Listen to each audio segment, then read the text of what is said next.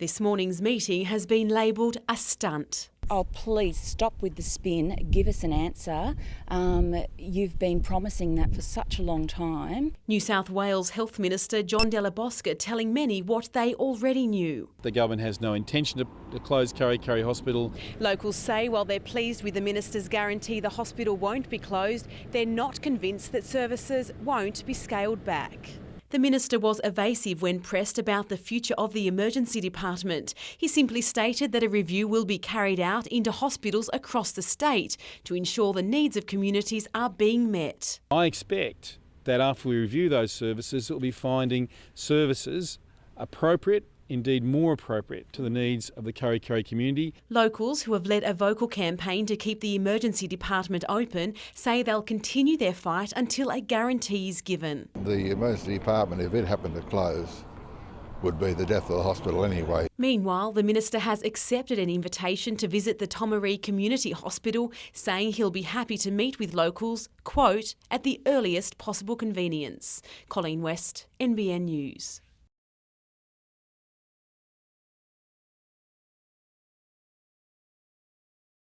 It was at turn 3 on the third lap of the 600cc Supersport Championship race at Symonds Plains near Launceston that tragedy struck. It seemed the bike exploded. Tail enders came around the corner and it looks like they hit him. It's one of those situations, it's not necessarily a dangerous part of the track, but it was just unlucky. 28-year-old Judd Greedy grew up at Gilliston Heights, racing at Kurri with the likes of Brock Parks and Casey Stoner, before moving to Queensland to further his career, although friends say he always had time for local juniors. A great kid. He's the sort of kid that would pass his knowledge across. He'd come up and talk to them. With a swag of on- and off-road championships under his belt, Judd wasn't even planning to go racing this year until a new sponsor came forward. All of these ducks had lined up. He was perfectly happy at work. He loved his job. He had the motorcycle shop behind him. At the front of his field, it seemed 2009 was going to be his year. He had the dollars behind him enough to be able to compete with the factory teams, and as a privateer, he was doing that. He was actually beating them. He was leading the championship. As a sign of his standing, riders voted to abandon the rest of yesterday's meet. Investigations into the accident continue in Tasmania. Penny Evans, NBN News.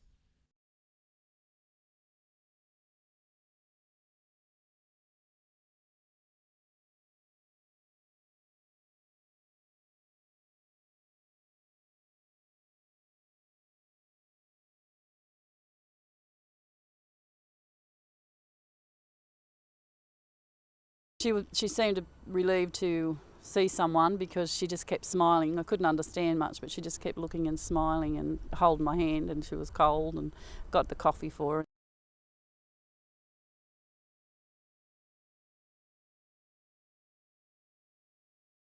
Credit unions and building societies say they're encouraged to see the Big Four banks follow their lead of deferred payments, saying the concept is nothing new. They claim to have been offering this sort of assistance for decades. The banks have responded to the situation, and I'm glad they're following us, albeit 24 years late. Most mutuals have assistant programs with options such as extending the term of the loan, offering interest-only loans and temporary deferrals. One of the things that we do consider with our members that are experiencing financial difficulty, I mean, we do consider all the hardship applications, and we do consider things such as repayment moratoriums. While the assistance is available, the Perm and the Greater say they're not often faced with customers who are unable to meet payments. We're a very responsible lender and we're quite cautious. We try to make sure that our members don't overcommit themselves, and consequently we see very few of our members get into difficulties at these type of times. Lauren Bladwell, NBN News.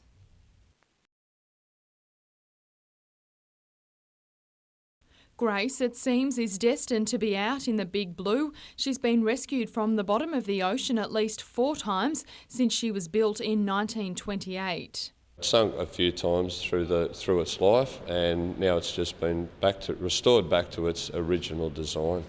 The latest effort to get her back in the water was, like her refurbishment, a long and delicate task. It took 2 cranes to lift the old yacht out of the relatively small door of a Maryville boat shed. Then it was off to a Carrington marina for the much simpler task of dropping her back in the water, just in time for the Heritage afloat. It's the end of a long journey for the team of 150 who worked on her.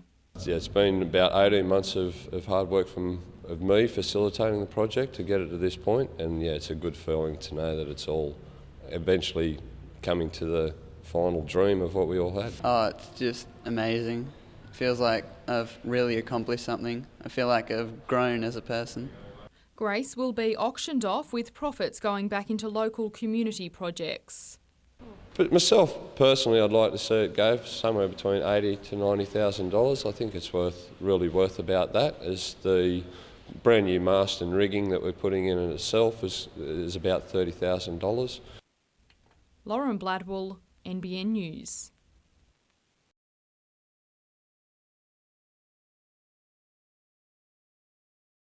The Newcastle Knights couldn't have picked a more appropriate slogan for the 2009 season. Better known for their cuddles, these antique blondes are planning an ambush. Are you ready, Mr. Premier? Much like their boys against Manly yesterday, the Knights' nanas are vowing to defend their turf. Terrified at the idea the team could be forced to look for another home ground if the club can't pay its stadium licensing fees from last year, the devoted fans are devising a game plan to get the attention of New South Wales Premier Nathan Rees when Cabinet meets in Newcastle tomorrow. We'll show him that we are better and bigger and stronger and tougher than the bikies. If he doesn't step in, he is explicitly advocating a course of action that is being completely unfair to this club, completely unfair to this town. With both parties at loggerheads over who owes who money, the Nanas are warning the government could have a new gang threat to deal with if they evict the team. They won't want to, because they'll have the grey power and all the people in Newcastle after them. They're urging all fans to head to Panthers tomorrow evening to help defend the kingdom. Penny Evans, NBN News.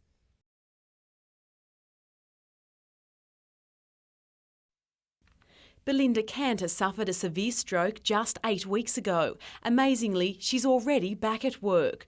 The paramedic and mother of 2 says her story could have been very different if it wasn't for the quick action of her partner and daughter, as well as ambulance and hospital staff.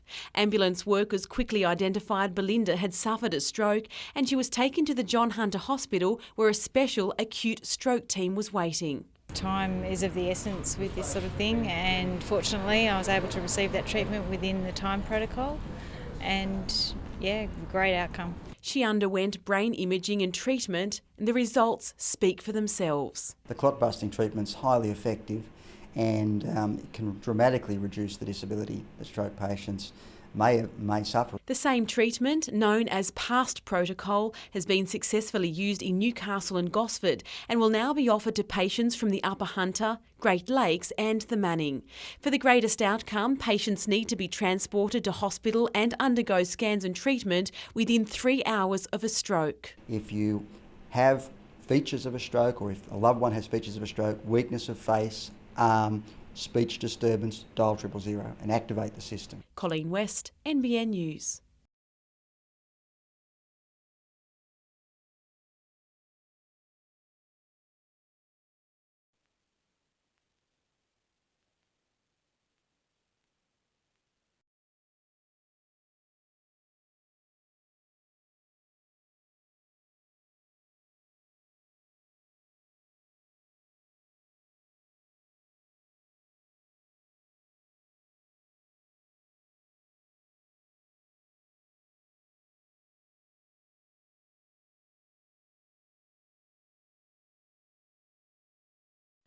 It was slow going today, but Jared Mullen's recovery from a broken rib was much faster than expected. Even then, he had to wait to make his mark. It was a bit disappointing getting picked on the bench. I haven't played on the bench for a couple of years, but it's really just wanted to get me out of the heat battle in the first 40. So I think that helped in the end. Help was what Manly needed when Zeb Taylor added some spice, while Junior Sow kept his cool.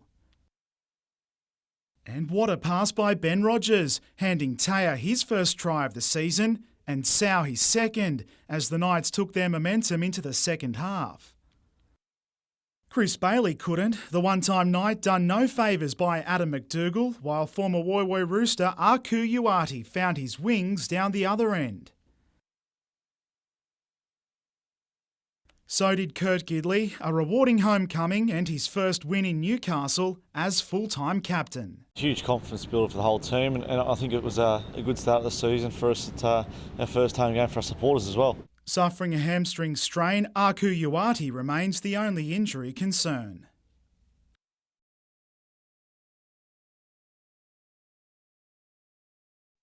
Now in charge of Newcastle's goalmouth, the softly spoken Ben Kennedy says he's found his voice. A lot of confidence showed from the coach and me, so hopefully just repay that confidence with a good performance for the boys. On the verge of playing his first Asian Champions League game as starting keeper, his coach says the battle has been getting Kennedy to think like one. He's been doing really well, and he's growing every day in confidence, and the boys are really taking to him, so that's important as well. And he's just got to adopt that persona of being a number one goalkeeper. Not one to mince words, tough Jets defender Lubo Milicevic has backed the young gloveman, saying he's proved himself at training.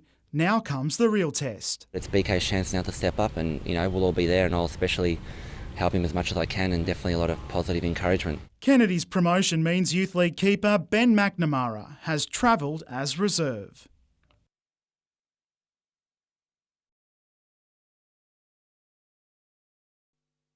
Attempting his second eagle of the day, Flanagan settled for a birdie on the par 5 15th, his fourth subpar hole, to seal a top 10 finish to turn his tour around. I've been trying a little bit too hard, which is a bit of a cop-out, but that's kind of how it's felt. But got it around on the weekend and just played steady golf. There was nothing steady about his climb up the money list though. Last week he was 99th, today 39th. As he pushes for another US PGA Tour card. Closer to home, and the best amateurs from Hunter and Newcastle clubs teamed up at the Waratah Golf Club over the weekend for the yearly mixed district foursomes.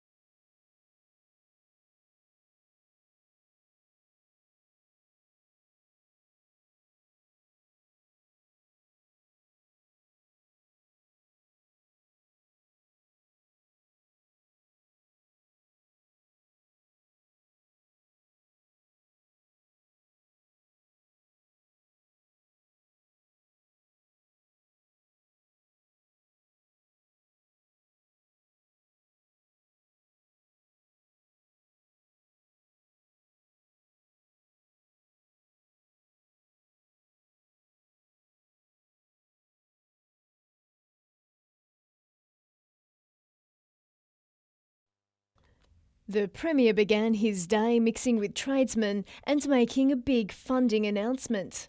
$48 million into the local economy for the specific purpose of public housing maintenance. The money will be spent repairing 15,906 Department of Housing homes. Over $10,700,000 will be spent in Newcastle, fixing up 3,618 homes, while 1,618 houses will be renovated in Port Stephens. And almost $4.5 million is to be spent upgrading homes in the Upper Hunter. The work will generate 434 jobs, which Mr Rees says will help cushion the Hunter against the global recession. But it won't alleviate the desperate shortage of government homes in the region. The Housing Minister says New South Wales is getting that problem under control, with plans to build 9,000 homes across the state in the next 2 years. Although just how many will be in the Hunter is unclear. Well, certainly the Hunter is a high demand location, we know that. And most of the new housing will be in high demand locations. Mr Rees met with his cabinet at City Hall this afternoon ahead of tonight's meeting with Hunter community groups. Issues like the privatisation of Cessnock Prison, the EA Stadium problem and the future of Kurri Kurri Hospital's emergency department are expected to be the big issues, not to mention the controversial Tilligra Dam, which people had already began protesting about 3 hours before the meeting start. Madeline Bond, NBN News.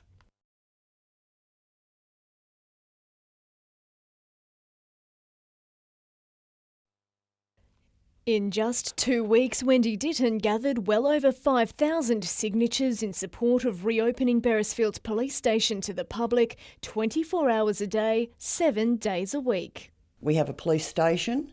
We want to be able to go into that police station and talk to a policeman. We want to be able to ring the station if we need help. She says not having general duties police permanently stationed at Beresfield is taking a toll on the community. People have stopped reporting crime, just small crimes, because they feel the police aren't there. She's planning on presenting the petition to Police Minister Tony Kelly during tonight's Community Cabinet meeting and wants the government to put more officers on duty in the Central Hunter Command to help get the station manned. The police charter is all about community service. We want them to abide by their charter and put police in this area. But that request could fall on deaf ears, with the Minister quick to shift responsibility first to the Police Commissioner. The actual numbers of police at every police station in the state is up to the Commissioner. The government's job is to ensure that we have enough police available right across the state. Then to the Central Hunter Command. It's an operational matter for the police. They tell me that they've got it covered 24 hours a day. Madeline Bond, NBN News.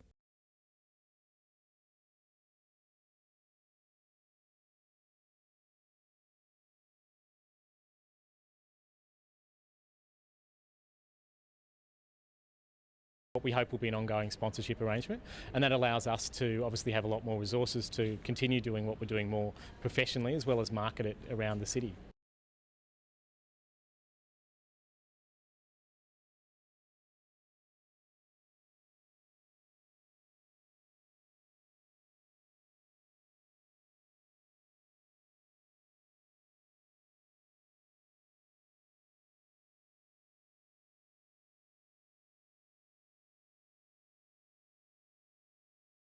The idea of reopening the mall to traffic has been tossed around for almost a decade, and just a few months back it looked all set to happen, with the project a key part of GPT's redevelopment plan. But when the economic crisis hit, those plans were shelved, and councillors Graham Boyd and Bob Cook say in the meantime something needs to be done to revitalise the area. We all understand the issues of the problems that GPT's delay has caused, and we believe that spending some money here and taking some action here will give energy to the place. A motion to move forward with the mall's reopening will be moved at tonight's council meeting and will also include options such as relocating the mall bus stop to Market Street and reducing the cost of parking. Studies in Australia indicate that to make the place safer and to make it more active, it needs to be to have traffic moving slowly through the mall, and we believe that that is the action that should be taken. A survey conducted by the Newcastle City Centre Committee indicates the councillors have the support of businesses, with 3/4 of those surveyed saying reopening the mall is a good idea. We did this survey 7 or 8 years ago and it was the same result. The traders are in favour of reopening the mall. Lauren Bladwell, NBN News.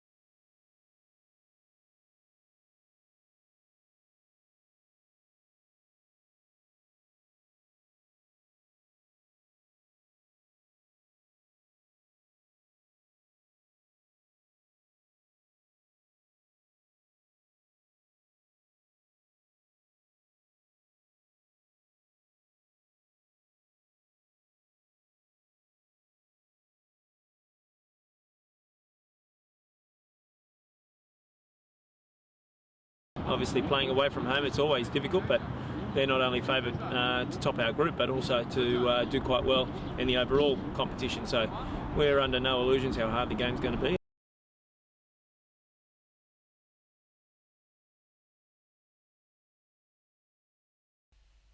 10 days out from his Red Bull air racing debut, Matt Hall took some time to reflect on the journey so far. He's made plenty of sacrifices, including mortgaging the family home, but Hall says it's worth it. I'm surprised at how calm I am. People keep saying to me, geez, you must be nervous, you must be excited or you must be stressed. And no, I'm actually ready. Air racing involves speeds of more than 400 kilometres an hour, at times just 10 metres off the ground. He's flown hundreds of missions with the Air Force, but Matt says his new enemy is concentration. So in that regard, the stress is only performance-based stress, which is a stress I can control. If the worst does happen, incredibly, pilots are advised to ditch in the water. They've got guys on jet skis with scuba gear that chase me down as I enter the water. The helicopter drops guys into the water. They put a loop around the plane, they pull it out of the water, and I've got scuba gear inside the plane with me. The former fighter pilot is aiming for a long career in the sport. I do need to gain race experience. Now, how quickly that race experience generates into results, I'm yet to find out. Racing begins in Abu Dhabi on April 17. Mitchell Hughes, NBN News.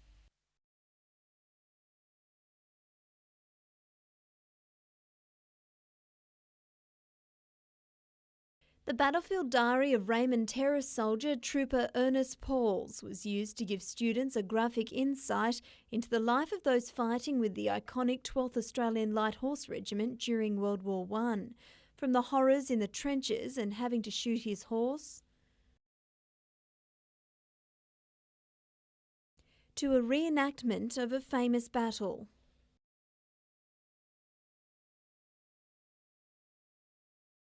It made you understand that they went through a lot and they saw things that people should not have to see, and that we're lucky to live the way we live today.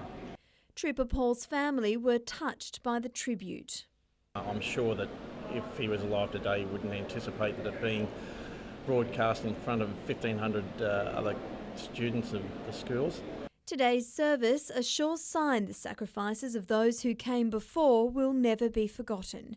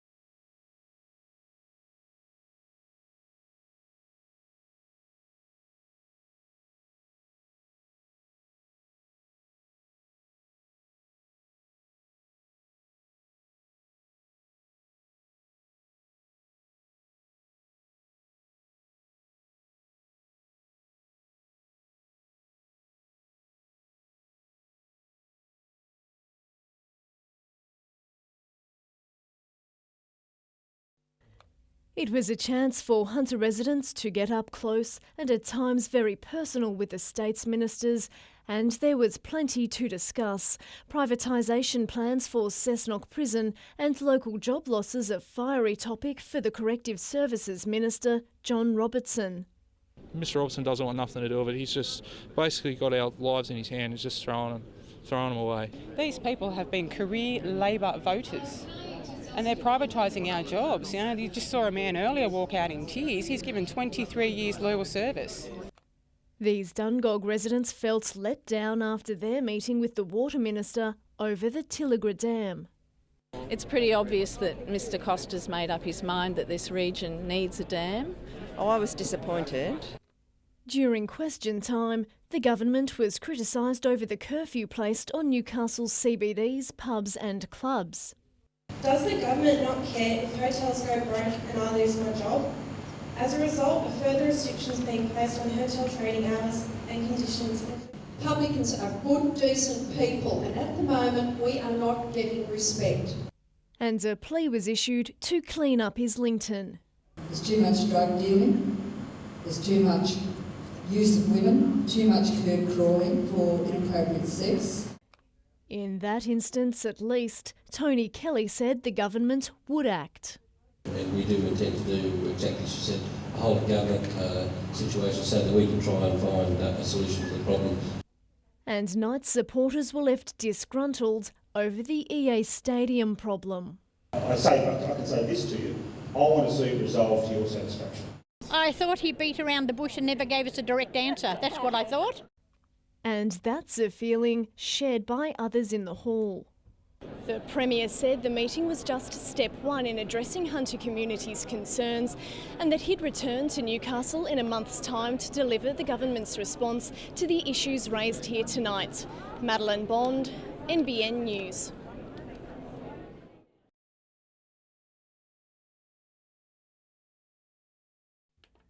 Within 8 months, cars could again be travelling along the Hunter Street Mall. Look, I think we'll see that happen before the end of this calendar year. In fact, in the last quarter, Council's made a very clear resolution that we want to see slow-moving traffic back through the mall. Business owners say it's the stimulus the mall urgently needs.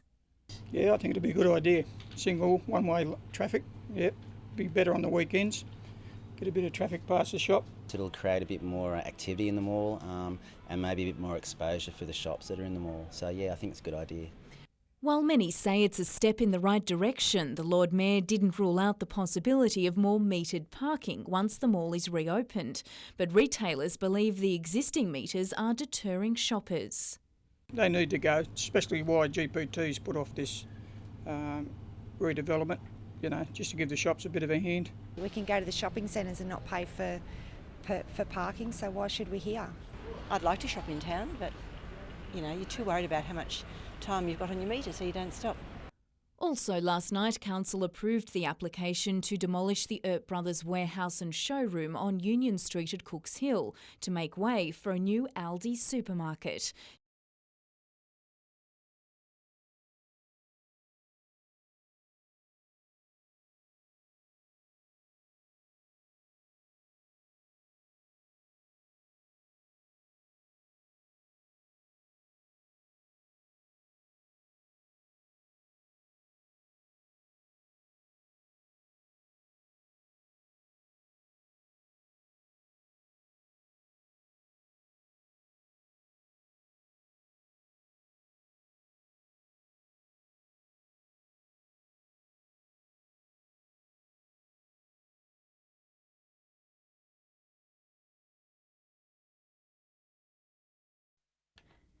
It's one of the most picturesque parts of the Hunter with relatively untapped tourism potential. The member for Swansea wants to ensure the area becomes a place to stay, rather than a town tourists drive through en route to another destination. A report about economic development opportunities for Swansea was released today. Among the proposals is a marina with a fish market, cafes, restaurants and shops on the eastern side of the Swansea Bridge at Blacksmiths. There's a very, very good recommendation to build a maritime precinct, similar to what exists at Coffs Harbour or Port Stephens or Port Macquarie. And I think that would be, if we can achieve that, that will be a major highlight for the area. Along with expanding accommodation and improving facilities for tourists, the report also calls for the revitalisation of the town centre. It's old and tired. It's a bit 1950s/1960s view about it. As for the problematic bridge, Swansea Bridge remains a priority if we're going to improve the economic outlook of Swansea and improve tourist opportunities that exist in the area. Jane Goldsmith, NBN News.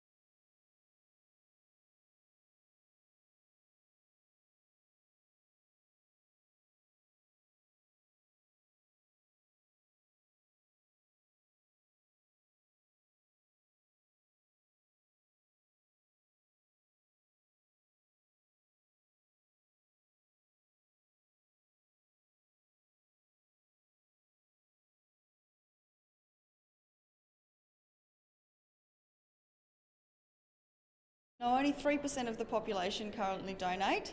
However, 1 in 3 people will need a blood donation in their lifetime, so you don't have to be very good at maths to add that up and realise that we're relying on a very small percentage of the population to help a lot of people.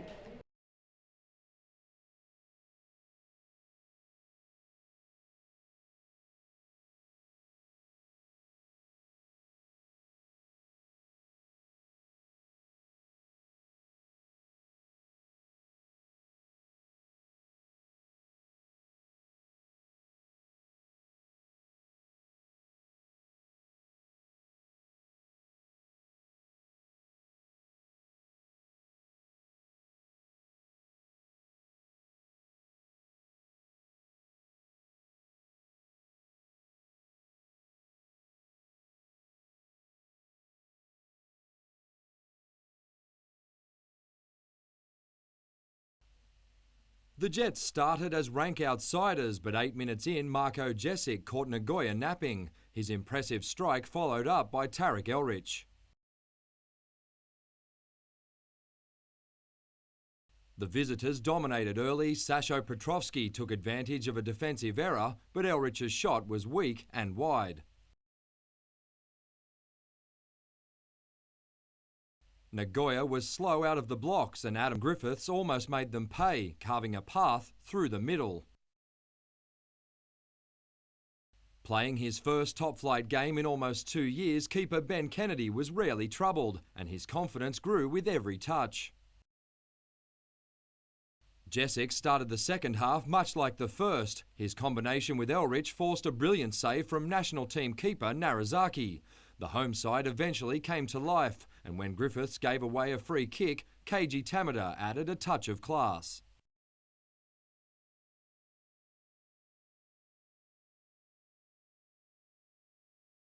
But the Jets refused to lay down, captain Matt Thompson providing Jesic with another chance to put Newcastle in front. Lubo Milicevic got in on the act, but late replacement Jobe Wheelhouse butchered the chance for all 3 points, as the Jets settled for a draw. Mitchell Hughes, NBN News.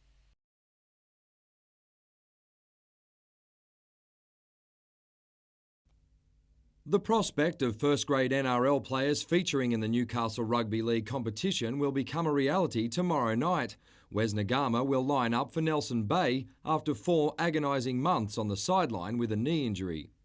Met the coaches the night that we got drafted and stuff, and I went trained with the boys last night, so got to meet them then, and looking forward to having a game with them. George Nadera is another who will pioneer the new arrangement. He'll line up for Curry against Lakes, but isn't sure what to expect. Not too much has been revealed because it was my first training session last night there, so just kind of learning all the players and meeting all the players for the first time, so yeah, so I'll just see how it goes. Both players say they aren't afraid of being targeted. It could be the case, but yeah, if it happens, it happens. If it doesn't, yeah, so be it. Oh, maybe some of the players. I don't think I'll get targeted, but maybe some of the other players. But, you know, that happens in footy, even in first grade. Aku Uate remains on light duties and is the Knights' only injury concern ahead of the clash with the Warriors in Newcastle on Sunday. Brian Smith says Nagama is an outside chance of playing if Uate is ruled out. He's played really hard, he's worked hard for his opportunity, so we'll give him right up until the day to show us that he's ready. Mitchell Hughes, NBN News.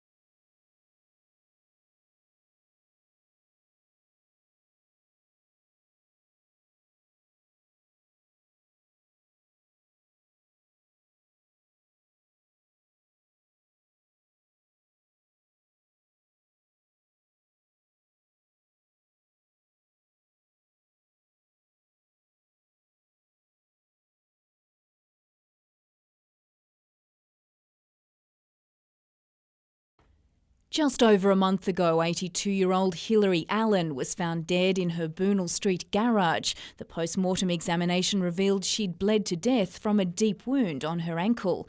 It proved a mystery at first to detectives, with Mrs Allen's family releasing a photo in the hope witnesses may come forward. Police later gave a description of a man and a pregnant woman seen in the area. Finally, the breakthrough came yesterday, with police tracking down 25-year-old Scott O'Hare and 22-year-old Cheyenne Anderson in Oberon, near Bathurst. Oh, there were some old ties to the area. We don't exactly know why they came back to Oberon, but they were staying there for a short period of time. The pair was arrested at the Oberon Library and fronted Bathurst local court today. 2 accused persons have been charged with the murder and a number of other offences and have both been formally bail refused today by the local court.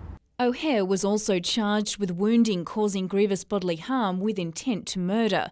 Strike Force Light, including detectives from the Hunter Valley Command, was formed to investigate the suspicious death, as well as a series of break and enters in Singleton. Police looked at the break and enters, which we believed at the time were linked to Mrs Allen's death. The accused persons have been charged with a number of those break and enter offences.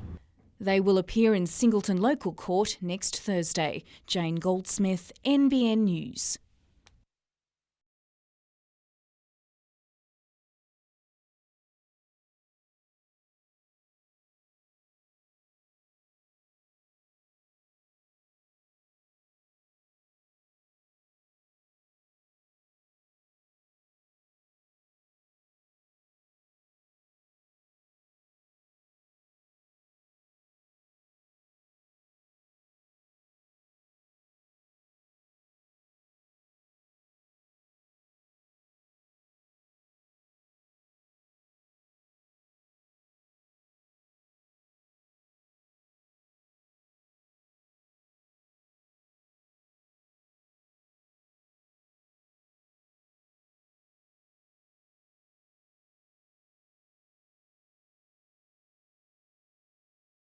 It's a regional city with a major port and a dwindling CBD, but the similarities between Wollongong and Newcastle don't stop there.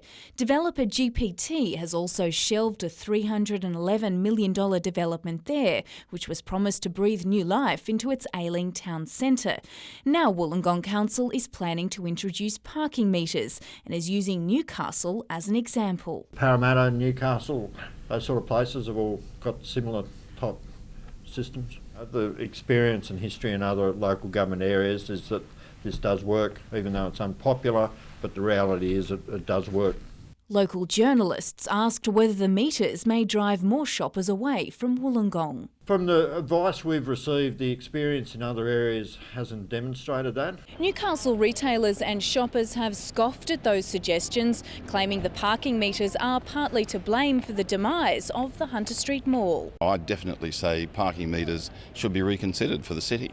If you can go to the shopping centres and have free parking and have to come to the city and pay for it, then there's obviously a disincentive. The meters raise $7 million annually for council, as well as $1.6 million in fines. Parking meters are designed to turn spaces over. But retailers believe short-term free parking is the answer to turning over spaces and attracting business. Jane Goldsmith, NBN News.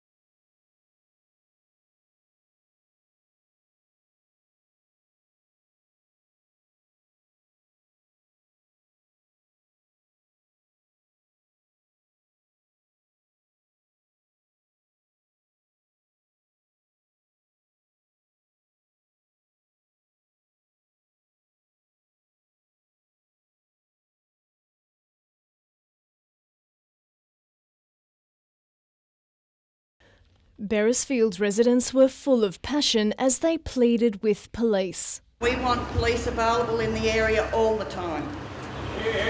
They say the community is suffering from the lack of a police presence and has even stopped reporting petty crimes.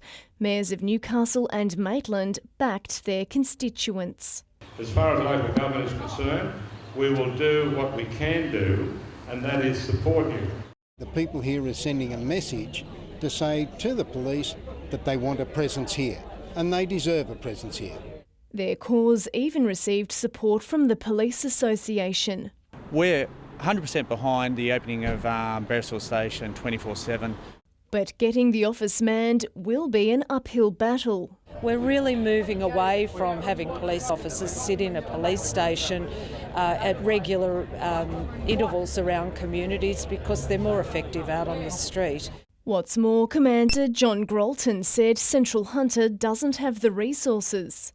We have a certain bucket of hours or bucket of police that we are able to use over a 6-week roster cycle, and we take those police wherever we can and task them to the areas that are most needed. Crime is not out of control in Beresfield. Madeline Bond, NBN News.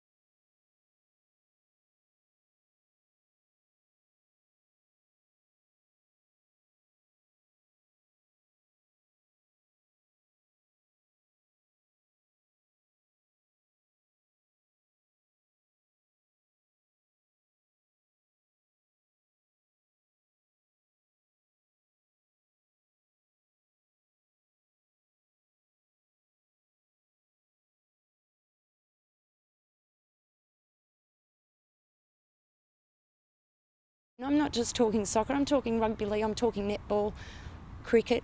We have a great team of kids on our park. This affects everybody, not just soccer.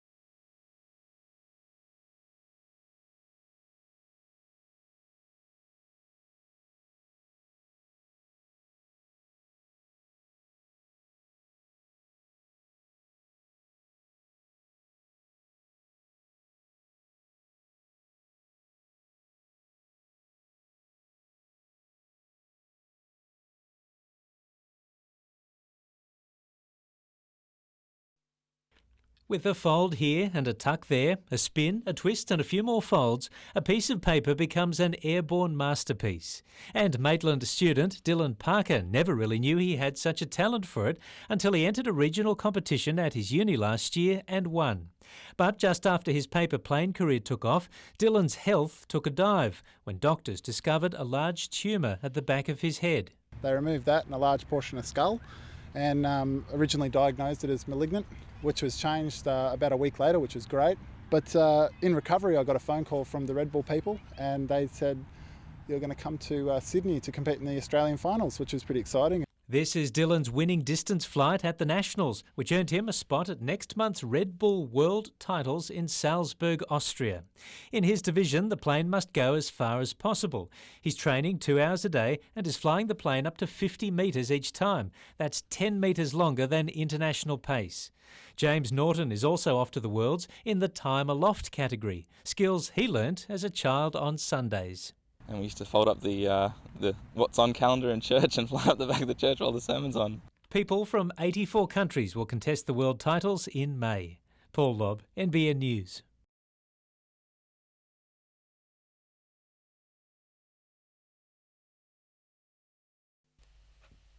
Arriving home from another taxing Champions League journey, this time the Jets brought back a valuable point.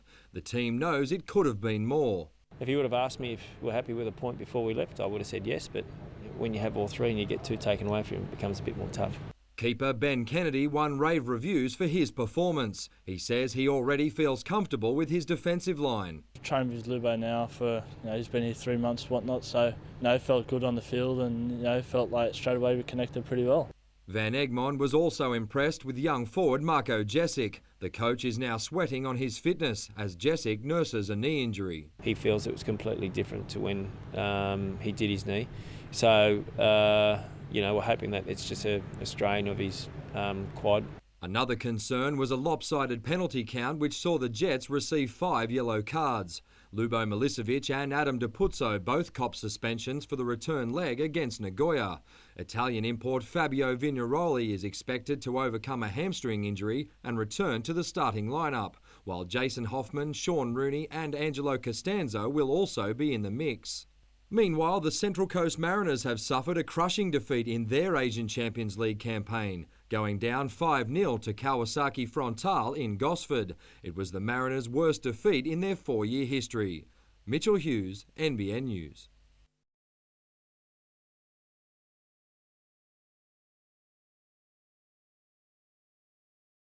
They've both sort of done what we would anticipate would take sort of 3 to 4 weeks. They've sort of done that in 10 days.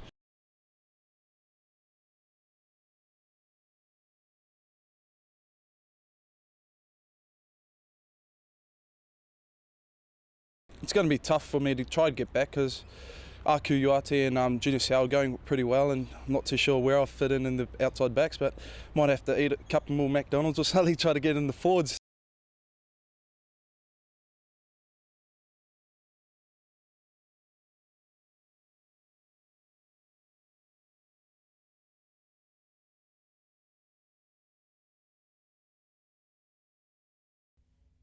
Laura Whaler arrived at Newcastle Airport full of confidence following her wins in the 100 and 200 metre under-23 national finals in Adelaide last week.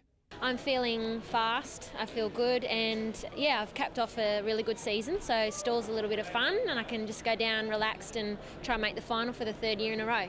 Laura says a win in the Gift would be special, but she's clearly focused on a different track. I just want to have an uninterrupted off-season and come out, faster and stronger for Com Games and hopefully make an individual spot there. And I'm only 21, so I'm still young and yeah, I've got plenty of years to come. The national champion is part of a strong contingent of Hunter athletes heading to Victoria under the guidance of Tony Fairweather. The coach says a number of his runners could win, but he has his doubts about former student Josh Ross. I don't think he'll be a threat to them. I don't think he's done enough work to run down the handicaps these guys have got. So off scratch, it'll be a different story. Mitchell Hughes, NBN News.